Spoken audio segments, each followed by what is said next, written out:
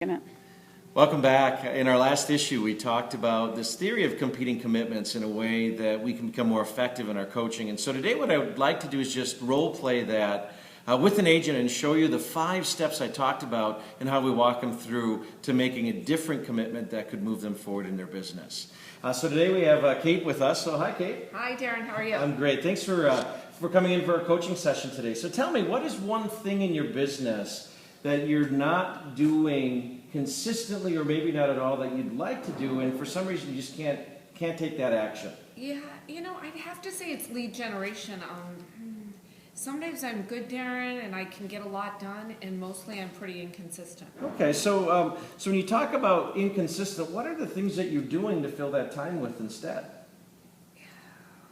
God, when I get into the office, one of the first things that I do is I turn on my computer and I look at my email. Okay, so you kind of jump into email? Yeah, and I have to be honest. I mean, I get on average, just from the time I leave the office till the time I get in, I could have a good 75 emails sitting in my inbox. Wow, so 75 to deal with. And yeah. So what do you find happening for you then when you jump into the email? Does it just eat up your time? Well, I keep telling myself that if I'll do the email, I'll feel better, I'll get all of that off my plate, and one email leads to the next email, leads to the next, and before I know it, it's 11 o'clock. And if you look at that pattern that happens and you jump into the email, are you finding that you're making some assumptions that that's a way of moving your business forward, or what are you seeing or hearing?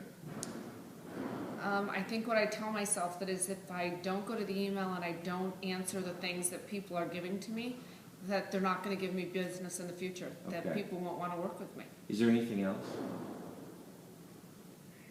It feels to me mostly like I make huge commitments to people of what I'm going to do, and they're expecting me to do that work. And since most of my business comes from referrals, if I don't do a good job, then why would they ever give me another opportunity? Yeah. So do you see how there may be a conflict then with the idea of lead generation and the fact that returning emails is how you're building your business based on referrals? I didn't until I just said that. I didn't even think about that. So let me ask you: is there another way you could look at that where you could accomplish both? I'm not sure. Okay. So if you look at the time you have in your day and the schedule that you've got, is it possible that there might be a way to make both happen? Well, yeah, now that you mention it, because when I look through the emails, I actually have a system where I color code my emails, so if it's a client or a past client, I know it because it comes up as a certain color. Okay. And if I only address those, I probably would have plenty of time to lead generate. Oh, got it. It's just the reality is I start getting in the email and other things get in the email and... So let me ask you this though. So you've got a system that you've created that would support you in doing what you say you'd like. Yeah. What would need to change in order for that to occur for you?